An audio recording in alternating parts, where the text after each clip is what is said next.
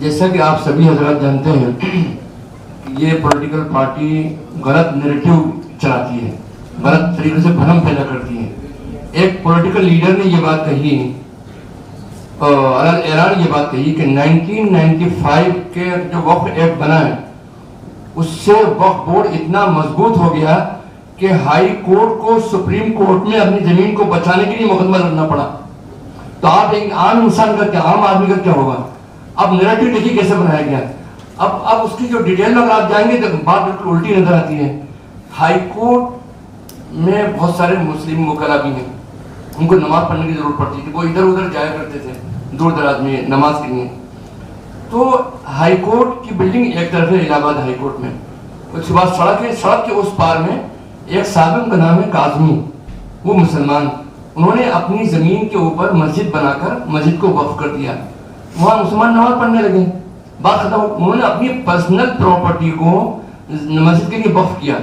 अब उसके बाद में हाई कोर्ट में जाहिर है कि डिपार्टमेंटल लेवल पर जरूरत पड़ सकती है कभी भी एक्सटेंशन की। हाई कोर्ट को अपना कैंपस को एक्सटेंड करने की जरूरत पड़ी, तो हाई कोर्ट के इलेक्शन के दौरान उसने आसपास जमीनों को एक्वायर कर लिया। तो ये मस्जिद बीच में आ गई। जब बीच में आ गई तो एक कमेटी बनी, इस मस्जिद का क्या करना चाहिए। उस कमेटी ने डिसाइड किया कि मस्जिद से हमें कोई डिस्टर्बेंस नहीं है, मस्जिद को अपनी जगह पर रहने दिया जाए और बाकी जो प्रॉपर्टी है उनको एक्वायर कर लिया जाए। तो उसको जो कम्युनल फोर्सेस थी उन्होंने इसको नहीं माना, एक दूसरी कमेटी फोर्स बनाकर बनवाई गई। उस कमेटी ने कहा कि हम इसको नहीं मानते और उस केस को वो लोग सुप्रीम कोर्ट में लेकर गए। सुप्रीम कोर्ट में हमारे खिलाफ डिसीजन हो गया और वो मस्जिद मुनहदम कर दी गई। तो बात क्या थी, वक्फ बोर्ड वो जमीन सरकार की नहीं थी, हाई कोर्ट की नहीं थी, लेकिन बनाकर ऐसा पेश किया गया कि जैसे हाई कोर्ट को अपनी जमीन को बचाने के लिए सुप्रीम कोर्ट में जाना पड़ा। इस तरीके से नैरेटिव फैलाते हैं। जी बहुत बहुत शुक्रिया मोहतरम जनाब कासिम रसूल इलियास साहब। अब हम इस सेशन को ओपन कर रहे हैं। हम चाहेंगे कि कुछ सवाल जो आप हजरात के जहन में पैदा हुए हैं पहले हम उनको क्लियर करें, तो लोग हाथ उठा दें क्या क्या इस सिलसिले में सवाल है, इंशाल्लाह उसका भी जवाब दिया जाएगा। फादर नहीं, मेरा नाम स्टैनली फर्नांडिस है, सभी लोग फादर बोलते हैं, हाँ मेरे बच्चे के फादर हूँ मैं। अलावा तो मैं इंटररिलीजियस डायलॉग कमीशन जो आज डायसिस के उनके कोर मेंबरान हूँ, बिसाइड्स इंटररिलीजियस सॉलिडरिटी काउंसिल जो बॉम्बे के हैं और सिटीजन्स फॉर द कॉन्स्टिट्यूशन। पहले बात मुझे ये कहना था कि मौलाना साहब आपने कहा कि आज मुस्लिम्स का नंबर है फिर क्रिश्चियंस का आएंगे। मुझे ये कहना है कि सबका नंबर साथ में आ गया है, खाली ये है कि वो डिफरेंट स्टाइल से आ रहे हैं। मुस्लिम में आप इन्होंने लॉ इनेक्ट किया है, मणिपुर में क्रिश्चियंस को लाख लाख मार के भगा रहे लैंड से और लैंड ले रहे हैं, राइट। चर्चेस बंद कर रहे हैं, पास्टर को निकाल रहे हैं, पास्टर को चर्च से निकाल दे तो वहां कौन आने वाला है। तो ये सब हो रहा है। वी आर ओनली 2%, आप 20% है, तो क्या है वो आपके पास सुनाई देते हैं, हमारे पास नहीं सुनाई देते। और हम शांति में बहुत विश्वास करते हैं, तो वो शांति हमारे भंग कर रहे हैं और हम शांत रहते हैं, ये प्रॉब्लम है। दूसरा बात यह है, मैं डॉक्टर इलियास से बात कर रहा हूँ कि आपने बहुत अच्छा किया कि आपने एकदम सफाई दिया वक्त के बारे में, बिकॉज जनरली इंडियन पॉपुलेशन को ये वक्त क्या है क्या नहीं है, वक्त हम वक्त देख रहे हैं बट हमको नहीं वक्त क्या है। मैं एक रीडिंग करके देखा हूं कि की पॉइंट वक्त में यह है कि it is voluntary, it is permanent and it is irrevocable dedication for Allah, right. तो अगर ये है तो it is purely within the religion and if we are a secular democratic country तो हम बिल्कुल उसमें हाथ लगा ही नहीं सकते। ये पहला गलती ये है, right. So whether it's article 25 and other articles we are grossly violated the fundamental right. इसके मैं इसके खिलाफ हूं, पहली बात। बाकी एविडेंस को बाद में देखेंगे। First thing is you have put a hand into something as a government where you should not put your hand. पहला तो हाथ डालना ही नहीं चाहिए था वहां पे। इट ऑल्सो ये क्या बोल रहा है, ये बोल रहा है कि आप दूसरे किसके एजेंडा चला रहे हैं। मैं तो खुल के बोल रहा हूँ, आप आरएसएस के एजेंडा, आप जो हिंदू राष्ट्र जो भी राष्ट्र एजेंडा चला रहे हैं, ना ही माइनॉरिटी के खिलाफ बट आप मेजोरिटी के खिलाफ उनके व्यूज के खिलाफ भी ये एजेंडा चला रहा है। इसके लिए हम कास्ट में, क्रीड में, वो सब में बांट रहा है सभी, even in the what you call the Hindus. मुझे इस पे ये अच्छा नहीं लगा कि आप जो भी लाना चाहते हैं, अगर आप पब्लिक के लिए लाना चाहते हैं तो ऐसा काम करो। मैं बोले ये वक्त अमेंडमेंट क्या इंपॉर्टेंट था, इधर अनएम्प्लॉयमेंट है, सैलरी नहीं है, पीपल भूखा मर रहे हैं, आप 80 मिलियन आदमी को आप फ्री रेशन दे रहे हो, ये इतना इंपॉर्टेंट है? तो इसमें देखो क्रिश्चियंस के भी आ रहे हैं कि ये इसमें there is a two pronged attack. एक तो है मुस्लिम्स के निगलिंग करना और दूसरा है लैंड माफिया को सपोर्ट करना। आप, मैं तो वही बोल रहा था, आप कह रहे थे एंटी लिया के, मैं तो बोलूं ऐसा सब जगह इंडिया में मेन स्टेशन में सब लोग लैंड देख रहे हैं, वो मुस्लिम्स का हो या क्रिश्चियंस का हो, सब ये देख के बैठा है कि अगर सीधे से उंगली से घी नहीं निकलेगा तो मैं गवर्नमेंट। और हम 2014 से ये देख के आए कि कॉन्स्टिट्यूशन चेंज करेगा, कॉन्स्टिट्यूशन चेंज करेगा। हमको लगा कि कुछ बड़ा पार्लियामेंट में ये आएगा कि कॉन्स्टिट्यूशन चेंज करेंगे। ये क्या हो रहा है? ये सब छोटे छोटे चेंजेस ला रहे हैं, हम उसमें इतना ध्यान नहीं दे रहे बिकॉज ऑफ एक टाइम में मुस्लिम के साथ करेंगे, एक टाइम में क्रिश्चियंस करेंगे, किसको ध्यान नहीं। अगर आप क्रिश्चियंस को बोले कि वक्त क्या है, मुझे नहीं मालूम क्या है, अनलेस आप उसमें इन्वॉल्व हो रहे हो। तो मेरा एक दरख्वास्त है एक All India Muslim Personal Law Board से कि आपने जो कहा अभी इधर, this should be circulated non language to all the people. ये पहला दूसरे लोगों को मालूम होना चाहिए, because to me if this can be violated for Muslim, this can be violated for anybody. I don't believe anything further consultation किया नहीं किया, आप उसमें हाथ डालना, because this is going on for centuries. मुगलों के टाइम, निजाम के टाइम, अजीम प्रेमजी के family, they all big contributors to the वक्त। So बाकी सब तो बाद में आते हैं। Most important is they should have not, a secular government should have not got involved into this period. मैं आपकी बात को लगभग राइटर ऐसा तैयार हो चुका है जो पूरे कंट्री की पॉपुलेशन को अलग अलग रीजनल जबानों में भी, अंग्रेजी के अंदर भी, हिंदी में भी, हर जबान में वो तैयार होकर आपको सर्कुलेट होगा। उससे वक्फ का अमेंडमेंट के अलावा वक्फ किसे कहते हैं उसके क्लैरिफिकेशन 15-20 पेजेस में आपको मिलेगा, वो जल्दी मिलेगा। हम चाहते हैं जल्दी आप तक पहुंचे। वैसा एक बात ये भी है कि आज यहाँ पे वो हमारे साथी आए हैं वेलफेयर पार्टी के, उन्होंने भी एक 26-20 पेज का वो मराठी में लाया है, वो भी दे देंगे हम। हाँ, वो बुकलेट है, तो उसमें वो सब चीज़ें मौजूद हैं। तो ठीक है, आप बताइए। मेरा नाम, माता पिता ने दिया हुआ नाम अरविंद सोनटक के है और रिटायर्ड इनकम टैक्स से IRS कमिश्नर करके हुआ हूँ। तो मैं ये आप जो आपके सपोर्ट में बोल रहा हूँ, जो बिहार एक्ट 17 यानी बोध गया टेम्पल एक्ट, उसमें 18 सेक्शन है, उसमें का सेक्शन नंबर 2 का क्लॉज C है, उसमें कहा, देखिए वो बोध गया टेम्पल एक्ट, टेम्पल का तो कोई मीनिंग नहीं वहां, फिर भी उन्हें बोध गया टेम्पल एक्ट बना दिए और उसमें कहते हैं कि महंत रहेगा, सर बुद्धिस्ट कम्युनिटी में महंत रहेगा, और वह भी कहा रहेगा, means the presiding priest for the timing of Shaivite monastery at Bodh Gaya, यानी वहां के शेवियट मोनेस्ट्री उसका रहेगा।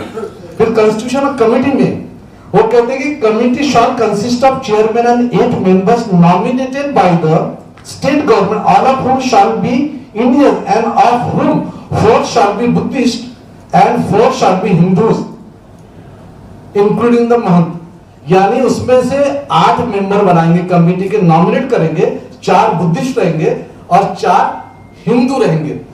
अब वो आपने जो बात की उसमें कहूंगा, जो सब सेक्शन 3 में कहा है, डिस्ट्रिक्ट मजिस्ट्रेट ऑफ गया shall be the ex officio chairman of the committee for the period during which the district magistrate of गया इज नॉन हिंदू। अगर उसमें कहा कि जो चेयरमैन रहेगा एक्स ऑफिशियो वो कंपल्सरी हिंदू होना चाहिए, गलती से कोई अगर नॉन हिंदू में अगर कलेक्टर बन के आता है तो आसपास का या वो जो जिसको नॉमिनेट हिंदू रहेगा। अब महंत को पकड़ के, चेयरमैन को पकड़ के 8 में से 5 लोग नॉन बुद्धिस्ट हो गए। अब वो बुद्धिस्ट लोगों का क्या चलेगा, कुछ भी चलना नहीं है, बराबर है। इसमें मैं एक जो सुप्रीम कोर्ट का डिसीजन वो साइड करना चाहूंगा, वो शिरूर मठ केस 1954 SCR 1005, इसमें कहा गया कि a law which takes away the right of administration is from a religious denomination altogether and vests it in any other authority is a violation of the right guaranteed bye article 26D। ये शिरूर मठ का decision है। उसके बाद एक decision है Shri Adi Vishweshwar of Kashi Vishwanath temple versus state of UP 1997 for SSC 606। इसमें भी कोर्ट ने कहा religious denomination have the right to manage their own affairs in matters of religion. The states work can only be regulatory and never substitutional. तो ऐसे कई decisions है।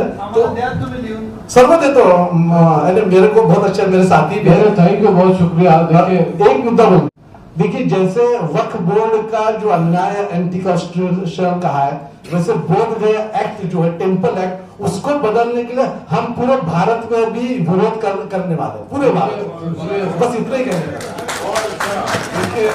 ये बरसों के साथ अब तक बुद्ध कम्युनिटी जो इस हिंदुस्तान में, जो हमारे भारत में तीसरी बड़ी अक्सरियत, हिंदू और मुसलमानों के बाद थर्ड पॉपुलेशन अगर किसी की है तो बुद्धिस्ट की है।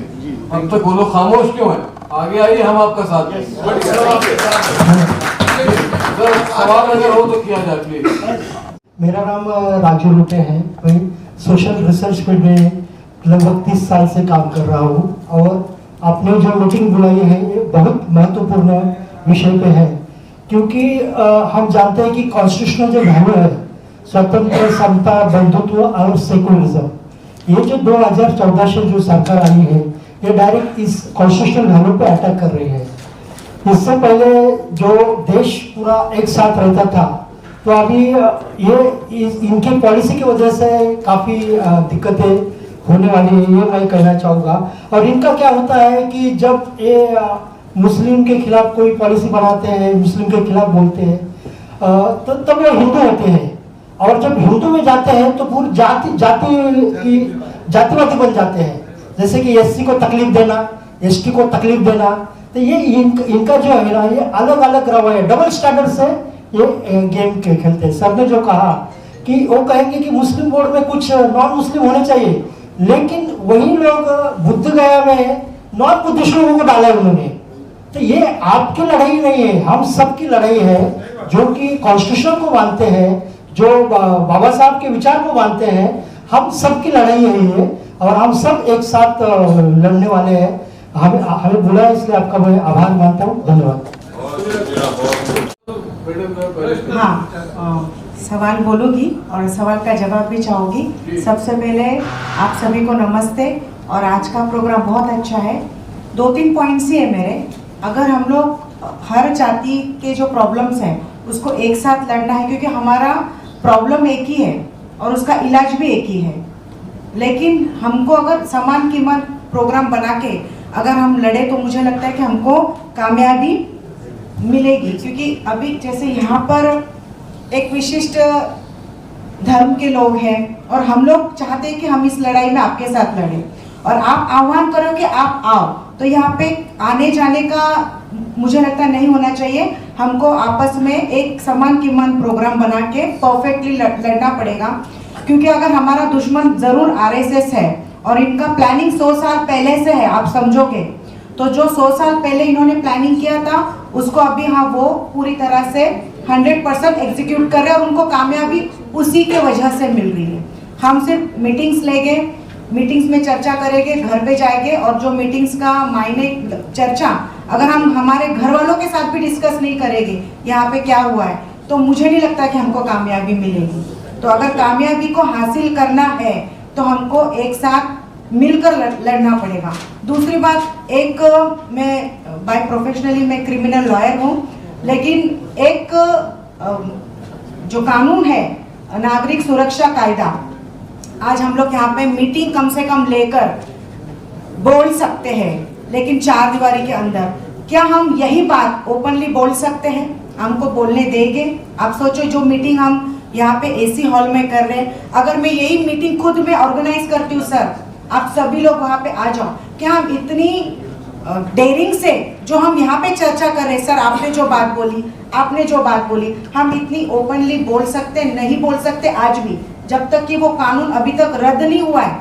लेकिन वो रद्द होने वाला है, नागरिक सुरक्षा जो कानून है वो रद्द होने वाला है, हमारा आर्टिकल 19 को खत्म करने वाला है। आज आर्टिकल 14 से लेकर आर्टिकल 30 तक इन्होंने पूरा प्लानिंग बनाया। सर ये प्लानिंग कुछ आज नहीं बना, ये 100 साल पहले बनाया है। तो इस प्लानिंग को खत्म करना है, तो हमारा भी प्लानिंग उसी को जवाब देने वाला अच्छा होना चाहिए, सब मिलकर लड़ना चाहिए।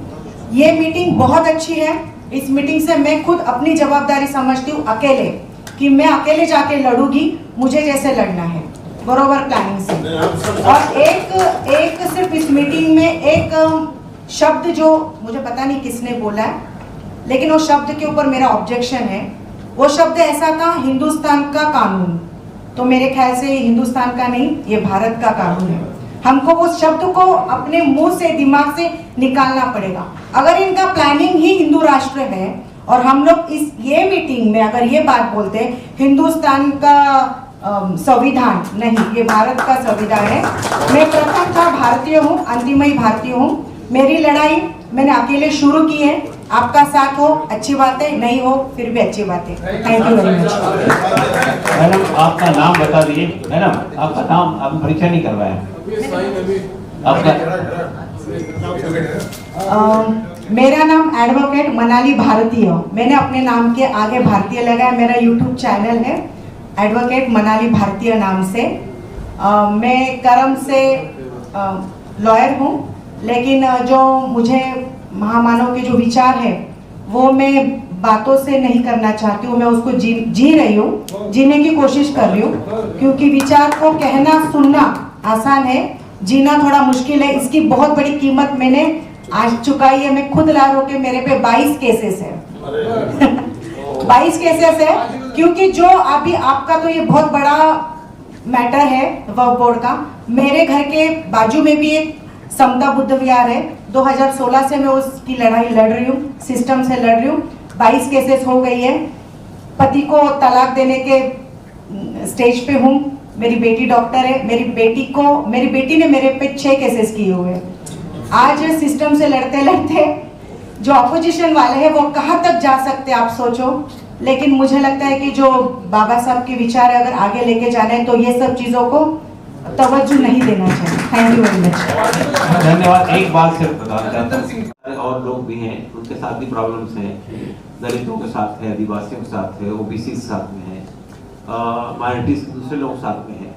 तो अभी कुछ दिन पहले इसी आइडिया के ऊपर में भारतीय बहुजन अलायंस और ऑल इंडिया मुस्लिम फैसला बोर्ड ने 4 वर्कशॉप किए देश में, एक दूसरे के इश्यूज को समझने के लिए, ताकि हम एक दूसरे की लड़ाई लड़ सकें। हमारे सुरेश मानी जी यहाँ बैठे हुए हैं भारतीय बहुजन अलायंस के। एक बात तो कहूँगी, देखो सिस्टम से लड़ना है ना, तो उन्होंने कानून दिया है। और मेरी जो लड़ाई है, मतलब ये जो लड़ाई लड़ते हो, जो मेरे साथ जो मेरे पे केसेस हो गए, उसमें मैंने एक चीफ जस्टिस जज को भी मैंने पेनल्टी लगा दिया है। बहुत शुक्रिया। हमारी सारी हमदर्दी आपके साथ है। जो इतना संक्षेप हमारे सपनों को हम लोग सुने, आप हमारे टाइम का ख्याल है। बहुत माफी के साथ मैं हरविंदर सिंह खालसा, और मैं आपको ये भली बात ही बता देना चाहता हूँ, टाइम का ख्याल रखते हुए मैंने आज से 15 साल पहले ये सब कोशिशें चालू कर दी थी। बहुत अच्छी बात। और तब से टाइम का ख्याल रखते हुए बात करते आ रहा हूँ। हर चीज को अंकुरित होने के लिए कुछ टाइम लगता है, और जिस बीज की बात हमारी बहन ने की है, भारती जी ने, वो मुझे आज इस जगह से पैदा होते, अंकुरित होते दिख रहा है। मुझे ये बात कोई छोटी मोटी बात नहीं है। बात खाली वक्फ अमेंडमेंट बिल की बात नहीं है। अभी हमारे बीच में वो बोध गया टेम्पल की बात हुई, और भारती जी ने अपना बताया, और हमारे पीछे बोलने वालों के पास भी और बहुत सारे मुद्दे हैं। तो सबसे पहले तो एक मैं बात कहना चाहूँगा, लोहे को लोहा काटता है, ये बात हमारे ऊपर यूज की गई है। अमेंडमेंट के लिए संविधान में एक छोटी सी धारा दी गई थी। वो किस लिए थी कि कोई अगर खामी हो कानून में, संविधान में कोई कमी है, तो उसको अमेंडमेंट करके दूर किया जा सके, और पब्लिक के जो फंडामेंटल राइट्स है, पब्लिक के जो आम हालात है, जो मूलभूत जरूरत की चीजें हैं, शिक्षा, स्वास्थ्य, रोजगार और जो भी तरक्की है इंसान ने अभी तक की, उसके साथ में जो हम लोगों को सुख सहूलियत मिलनी चाहिए थी उसके बारे में कोई अमेंडमेंट्स होती तो। लेकिन यहाँ पर जो अमेंडमेंट्स हो रही हैं वो हमारे जो मूलभूत हक अधिकार है, मूलभूत अधिकारों की बात की है, मूलभूत अधिकार जो हमारे हक जो हमारे दिए गए हैं, अमेंडमेंट्स के द्वारा हमारे मूलभूत हकों को छीना जा रहा है, हमारे मूलभूत ढांचे पे। तो जिस संविधान को हम धर्म की तरह मानते थे और उसकी हमको रक्षा पहले से करनी चाहिए थी, हम कहीं ना कहीं उसके चीथड़े उड़ते हुए देखकर हम चुप हैं। अमेंडमेंट्स के द्वारा उसके चीथड़े उड़ाए जा रहे हैं। और दूसरी बात जो आज हमको समझ में आ रही है, हम इंटरफेथ मिलन करने लगे हैं, रोज करने लगे हैं। इससे एक बात तो ये अच्छी हुई है कि कम से कम हमारी लोग आंखों पर पड़ा हुआ गर्दा जो है ना वो उतरना शुरू हो गया। आपस में बैठने से हमें एक दूसरे की तकलीफों का पता चलने लग गया। और दूसरी बात, ये लोग कैटेगरीज करके, इनको करने ही कैटेगरी आती है, इनको लोगों को फाड़ के रखना ही आता है। और मैं तो सीधे ही उस पर चोट करूंगा, क्योंकि ये बिल हमारा सिर्फ वक्फ अमेंडमेंट का जो बिल है ये सिर्फ मुसलमानों के ऊपर हमला नहीं है। जैसे बात हुई आपने किया कि एसजीपीसी, तो मैं बता दूं कि गुरुद्वारा कमेटी भी, इन्होंने एसजीपीसी को भी दो फाड़ करके रख दिया। हरियाणा में अभी आरएसएस की समर्थन वाली कमेटी एसजीपीसी है, हर स्टेट में ये लोग अलग अलग कमेटी बना रहे हैं। नांदेड़ गुरुद्वारा बोर्ड में इन्होंने सबसे पहले तो सरकार ने अपना प्रतिनिधि लगाया, जो कि एक सिख सरदार था, पसरीचा साहब थे, बड़ी सम्मानित हस्ती थी, तो सिखों ने उसका विरोध नहीं किया। उसके बाद इन्होंने बदल के एक दूसरा सिख लगाया, फिर तीसरा सिख सीधा ही नॉन सिख लगा दिया। तो ये तरीका है इनका आपके संस्थानों में घुसपैठ करने का। आपके चाहे वो सामाजिक संस्थान है, धार्मिक स्थान है या ऐतिहासिक स्थल है, इनमें इनको किसी और की रिप्रेजेंटेशन चाहिए नहीं, इनको सिर्फ आरएसएस की या उसके स्टूड्स की रिप्रेजेंटेशन वहां पे चाहिए। आरएसएस का नाम लेने से बहुत लोग डरते हैं और हम लोग दोष किसको देते हैं, मोदी या शाह को। एक बात छोटी सी कहूंगा, अगर हम कुत्ते को लाठी या पत्थर से मारते हैं ना, तो कुत्ता किसको पकड़ता है, मारने वाले को नहीं पकड़ता। कुत्ता लाठी मुंह में डालेगा, लकड़ी मुंह में डालेगा या उस पत्थर के पीछे भागेगा जो उसको लग करके या उसकी ओर फेंका गया था, दूर भागा तो उसको भाव भाव करेगा जाके। तो ये हमारी जो वृत्ति है, कुत्तों वाली वृत्ति है कि हम लोग मोदी शाह को पकड़ते हैं, हम लोग गवर्नमेंट को दोष देते हैं, हम लोग उस गवर्नमेंट के पीछे बैठे, हमारे जो चुने हुए, जिनको हम अपने चुने हुए प्रतिनिधि मानते हैं, उनको कौन डालने से मना कर रहा है। अगर 239 लोगों ने आपके बिल के लिए वोट किया तो 296 जो बाकी के थे, जितने भी हैं, उनमें भी तो हमारे लोग थे। वो किस डर से चुप थे, वो क्यों डर गए? उनको इसमें ऐसा क्या लगा कि जो 239 लोगों को समझ में आया, पूरे दुनिया के लोगों को समझ में आ रहा है, लेकिन उनको नहीं आया। तो कानून जो आजकल बन रहे हैं, अमेंडमेंट्स बन रहे हैं, 1950-51 वाला संविधान जो हम एक हमारे लिए एक नींव का पत्थर, मतलब उसमें एक भी अक्षर चेंज नहीं होना चाहिए था, और आज अमेंडमेंट्स पे अमेंडमेंट करके सब खत्म किया जा रहा है, बदल दिया जा रहा है। और हमको ऐसी पिक्चर थी कि पूरा का पूरा संविधान चेंज करके लाएंगे, नहीं, इस तरीके से नहीं होगा। आपको अगर कत्ल करना है तो धीमे जहर देके भी कत्ल किया जा सकता है। आपको अगर हराना है तो वाया जाते हैं ये लोग। तो हमारी जो 2-3 चीजें जो सबसे ज्यादा हमारे लिए ध्यान में, हमारी रिप्रेजेंटेशन जो है संविधान के अनुसार वो खतरे में है, हमारी वोट खतरे में है, आज हमारा संविधान खतरे में है, हमारे जितने भी इंस्टीट्यूशंस, जितने भी हमारे अदारे हैं जो हमारी कौमों के भले के लिए बनाए गए थे, ये सब तोड़े जा रहे हैं। और आज तक हम लोग मार क्यों खा रहे हैं? क्योंकि सब लोगों पे अलग अलग टाइम पे हमला किया जा रहा था। जब ईसाइयों के ऊपर हमला हो रहा था, उनको जलाया जा रहा था, पादरियों को मारा जा रहा था, तो बाकी के सब चुप थे। जब आदिवासियों के ऊपर लाठी बरसा रही, उनकी जमीनें छीनी जा रही, उनकी खदाने के लिए उनको तो हम चुप हैं। जब किसी को नक्सली कह के मारा जा रहा है तो हम लोग चुप थे।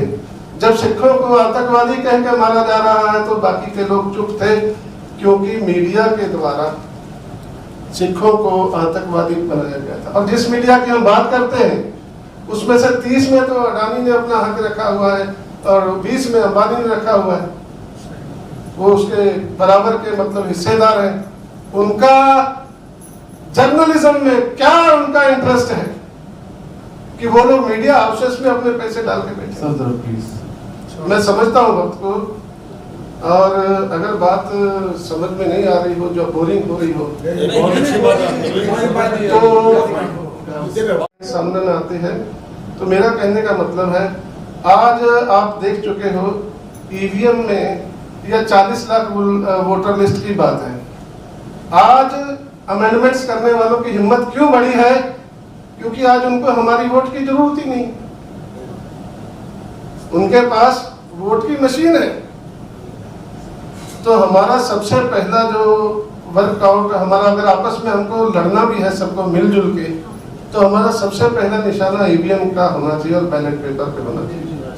तो हम संविधान को भी बचा लेंगे, अमेंडमेंट्स को री अमेंडमेंट्स करके हम पुराने संविधान पे आ जाएंगे। बस इतना कहते हुए मैं माफी चाहता हूँ। बहुत बहुत शुक्रिया।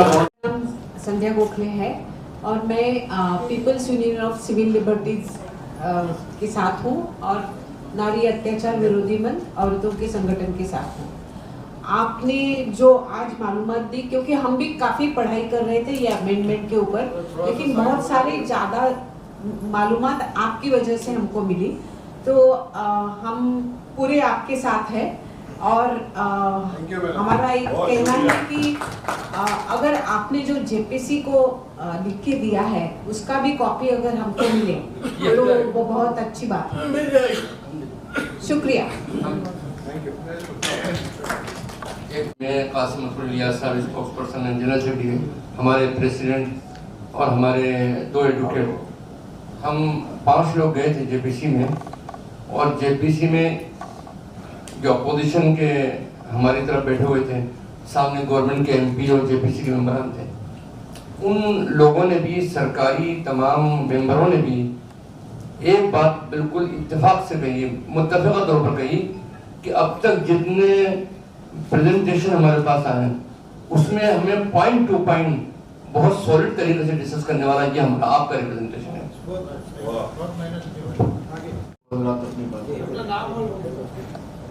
सभी को जिंदाबाद। मेरा नाम सुनील दुर्गावती चंद्रप्रकाश जायसवाल।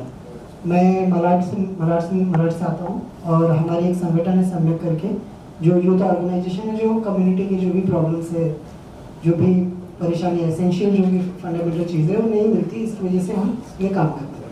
पिछले 10 सालों से अलग अलग ऑर्गेनाइजेशन, अलग अलग संस्थाओं के साथ में जुड़कर संविधान के प्रचार का काम कर रहे हैं।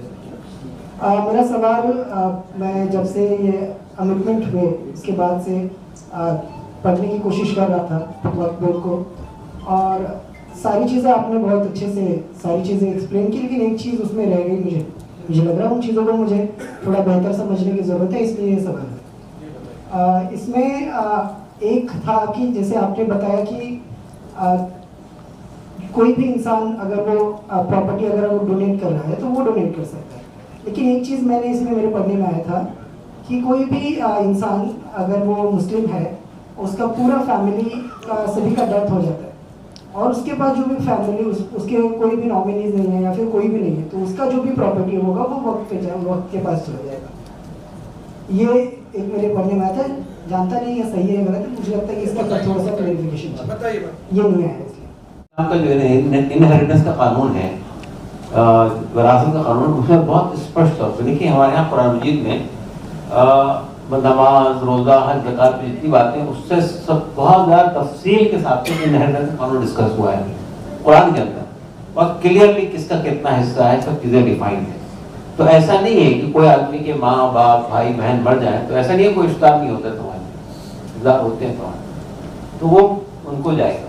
एक बात। दूसरी बात है कि हमारे यहाँ इसमें इस संशोधन से एक बात मेरे ध्यान से निकल गई थी, वो एक और तामील की इन लोगों ने, एक और अमेंडमेंट किया है, वो वक्फ अलल औलाद से मुताल्लिक। वक्फ अलल औलाद ये होता है कि कोई आदमी अपनी प्रॉपर्टी को अपने बच्चों को वक्फ करता है। वक्फ करने का मतलब ये होता है कि वो प्रॉपर्टी इंटैक्ट रहेगी, वो मुंतकिल होते रहेगी बच्चों से बच्चों में, उसको बेच नहीं सकते, उसको गिफ्ट नहीं कर सकते, उसको खत्म नहीं कर सकते। इन्होंने क्या किया, उसमें ये कह दिया कि वक्फ अलल औलाद करते वक्त में इनहेरिटेंस का जो कानून है वो मुतासिर नहीं होना चाहिए। तो इनहेरिटेंस का कानून हमारे यहाँ ये होता है, कोई भी आदमी का जो विरासत है वो उसके मरने के बाद तकसीम होती है। मरने से पहले जिंदगी में कोई आदमी अपनी पूरी प्रॉपर्टी किसी को गिफ्ट करना चाहे तो इनहेरिटेंस कानून से लागू होता है। इनहेरिटेंस कानून लागू होता है किसी भी आदमी के मरने के बाद, उससे पहले नहीं होता। तो इसलिए ये वक्फ अलल औलाद में भी अमेंडमेंट लेके आ गए, उसको भी वो करने की कोशिश कर रहे हैं। तो बहरहाल ये चीजें हैं और मेरा ख्याल से विरासत के कानून पे तफसील से हम आपको भी देंगे लिखकर। क्लियर बात यह है कि ऐसा वक्फ नहीं होता। वक्फ करने के वास्ते वक्फ करने वाला चाहिए। जब तक कोई वक्फ करने वाला नहीं होगा वो वक्फ हो ही नहीं सकता। जब तक कोई वाकिफ नहीं होगा वक्फ नहीं होगा।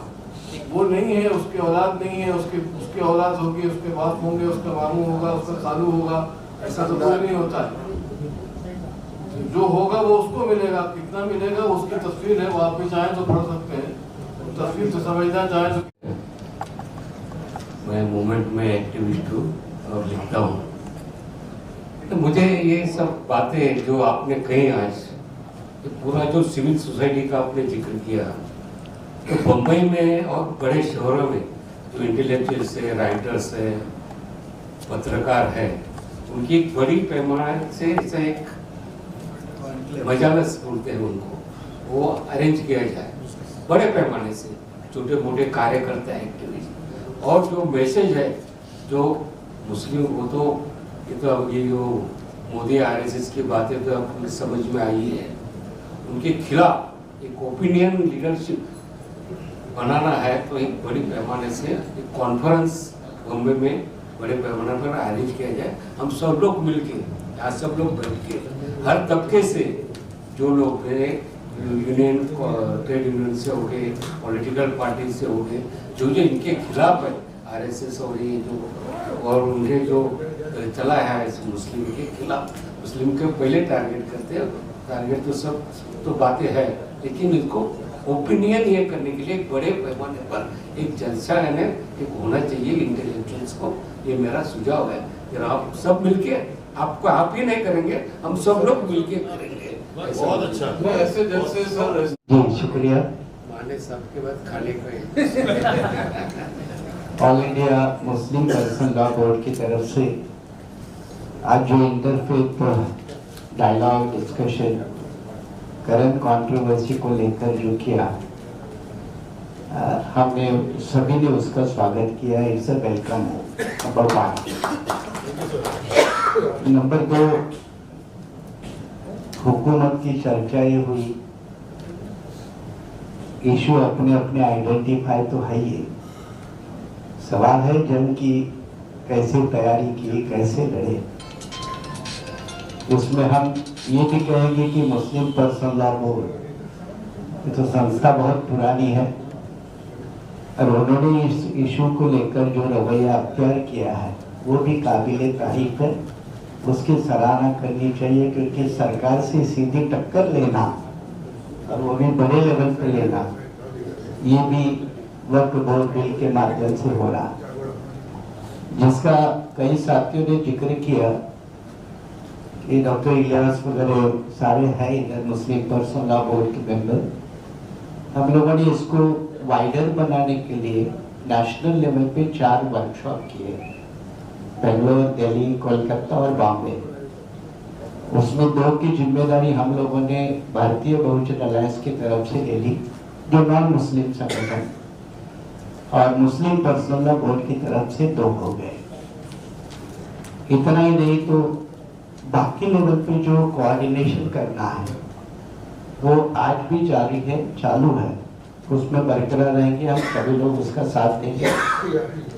लेकिन आप जैसे मनाली बोल रही थी, मैं याद आ गया, हमने जो 4 वर्कशॉप किए तो उसके 4 सेशन डिवाइड करके एक एससी का, एक एसटी का, एक ओबीसी का, एक माइनॉरिटी का, ताकि आपस में एक दूसरे के सुख दुख बांटकर एक दूसरे का साथ दें।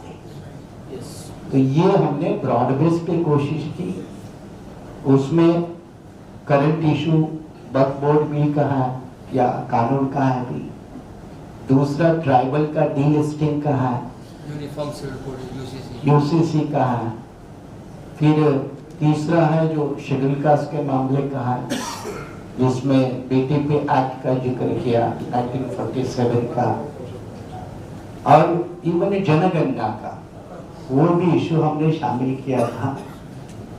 अब जनगणना का मुद्दा सामने आ गया, पहलगाम का मुद्दा सामने आया, तो थोड़े बाकी मुद्दे पीछे जाएंगे, ये डर है। गवर्नमेंट इज वेरी क्लियर, तो सबसाइड करेंगे। दूसरी बात ये थी कि हमारे जो साथी कहते कि ये कानून संविधान के खिलाफ है, ये एक्शन संविधान के खिलाफ है, यह सरकारी संविधान के खिलाफ है। तो ओरिजिनल मुद्दा ये है कि ये सरकारी संविधान को नहीं मानती, तो बाकी कानूनों का हाल क्या होगा वो आप समझ सकते हैं।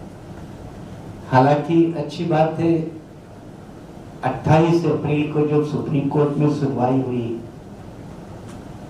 तो खुद गवर्नमेंट को मजबूर होकर कहना पड़ा कि हम इस कानून का इम्प्लीमेंटेशन रोक रहे हैं। इसको कहते हैं अबियंस, अगले 5 तारीख तक, क्योंकि अगली सुनवाई 5 तारीख का है, तो 5 तारीख तक अबियंस में रखा है, 5 मई, और 5 मई को फिर इंटीरियम रिलीफ के बारे में डिस्कशन होने वाली है सुप्रीम कोर्ट के सामने। तो सरकार ने खुद इसको अबियंस में रखा है और कोर्ट ने कुछ इशू आइडेंटिफाई किए हैं, वो अच्छी बात है। जुडिशरी की भी अपनी मर्यादा है, लेकिन यहाँ एक मुद्दा जैसा था कि केरल का मैं इंचार्ज रहा हूँ तो मैं जानता हूँ केरल को। केरल में 5 हिंदू देवासम बोर्ड है, 5 है, और उस देवासम बोर्ड के अंदर 3000 टेम्पल आते हैं केरला के, और उसमें कोई नॉन हिंदू कभी मेंबर नहीं होता, आज भी नहीं है, क्योंकि देवासम बोर्ड का भी कानून है, तो वहां वो बरकरार रखते हैं। एसजीपीसी में उन्होंने घूसपेट की है। तो इसमें एक सवाल सीधा है कि मणिपुर का जिक्र हमारे डिसोजा ने किया, तो अभी भी हमारे डिस्कोर्स से मणिपुर गायब है। देखो अभी भी नहीं आता है उतना लेवल पे जितना आना चाहिए। इसके पहले भी चाहे फादर स्टेट का मामला हो या कर्नाटका के चर्चों के ऊपर हमला हुआ, ये भी हमारे डिस्कोर्स में नहीं आता है, वो एक आना जरूरी है। दूसरी बात, एक दलित एट्रोसिटी है मुद्दा हमारे डिस्कोर्स में लाना पड़ेगा। लाना इसलिए पड़ेगा क्योंकि मैं खुलकर कहूंगा कि फैसिज्म, बीजेपी, आरएसएस के खिलाफ ऐसा नहीं कि बाकी लड़ते नहीं, बाकी लड़ते हैं, लेकिन दलित तबके के साथ एक अंबेडकर का मॉडल है। बाकी तबके जो लड़ते हैं ना, उनके साथ अंबेडकर जैसा कोई मॉडल नहीं है। तो culturally they can not fight against the RSS and BJP. ये बाकी लोगों की मर्यादा है। दलित तबके का ये खुलापन होता है क्योंकि अंबेडकर उनका मॉडल होने के कारण, एक रिबेलियस मॉडल होने के कारण वो खुलकर विरोध करते हैं। तो हमें ये ब्रॉड बेस कोएलिशन स्ट्रेटेजी, जिसको हम लोगों ने 4 सेमिनार के माध्यम से इनिशिएट किया है, उसको आगे भी बढ़ाना है। इसको लेकर हमने 24-25 को फिर एक बार मीटिंग बुलाई है बॉम्बे में, तो इसको और आगे बढ़ाने की जरूरत है, तेज करने की जरूरत है।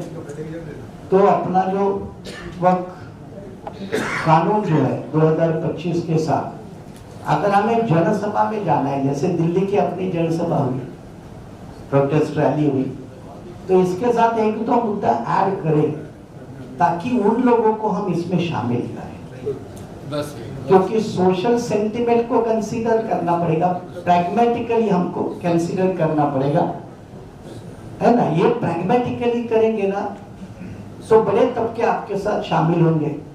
इवन ट्राइबल भी कई मुसलमान है, ट्राइबल बड़े पैमाने पे मुसलमान है, क्योंकि ट्राइबल कोई भी धर्म अपनाए तो वो ट्राइबल रहता है, लेकिन ट्राइबल मुसलमान है तो डीलिस्टिंग में ट्राइबल भी मारे जाने वाले हैं, उनकी भी जमीन जायदाद जाने वाली है, उनको भी जो संविधान का 5th और 6th शेड्यूल का जो प्रोटेक्शन है, जो जल जमीन जंगल का प्रोटेक्शन है, वो जाने वाला है, और इसलिए उनका भी बड़ा नुकसान है।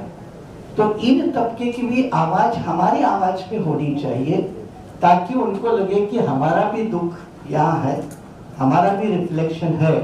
तो ये ब्रॉड बेस अगर करेंगे तो मुझे लगता है जैसे जनगणना का फैसला मजबूरी में लिया, ये कोई इच्छा से नहीं लिया, क्योंकि 21 तक इन्होंने सुप्रीम कोर्ट में एफिडेविट फाइल किया कि हम जनगणना नहीं करेंगे, लेकिन जनगणना का हथियार वो फिर हमारे खिलाफ इस्तेमाल करेंगे। शेड्यूल कास्ट के खिलाफ होगा, शेड्यूल ट्राइब के खिलाफ होगा, ओबीसी के खिलाफ के लिए रोहिणी कमीशन का रिकमेंडेशन आके पड़ी है, माइनॉरिटी का पसमंदा का हथियार वो इस्तेमाल करेंगे। तो ये भी नए चैलेंजेस हमें ध्यान में रखकर हमारा जितना सामाजिक कोएलिशन और उसको पॉलिटिकल बैकिंग, क्योंकि पॉलिटिकल बैकिंग ये डिसाइडिंग फैक्टर है, हम कितना भी उसको निगलेक्ट करें, लाइक डिसलाइक करें। इवन बीटीपी का जो मामला हमारे साथी ने उठाया, वो एक कानून बिहार स्टेट का है, वो बिहार असेंबली में सिर्फ कानून बदलने की जरूरत है। लोग आज भी बुलाया था कि वेकेशंस की वजह से नहीं आए। दूसरा हम ये चाहते हैं कि एक पब्लिक रैली हो बड़ी, उसमें आप सब लोग भी आए, आप सब लोग भी उस पर एड्रेस करें ताकि एक अच्छा मैसेज जाए। उसकी कोशिश कर रहे हैं, पुलिस परमिशन नहीं दे रही है, हम पूरी कोशिश कर रहे हैं कि एक बहुत बड़ा लाखों का जलसा ऐसा करेंगे, इसमें सारे मसले जो हमारे अभी बुद्ध विहार का मसला है, इस तरह का जो भी मसला है, सारे मसले उसके अंदर हम उठाने की कोशिश करेंगे। आप सब लोगों का उसमें ताउन पब्लिक मूवमेंट बनाना चाहिए। बनाएंगे।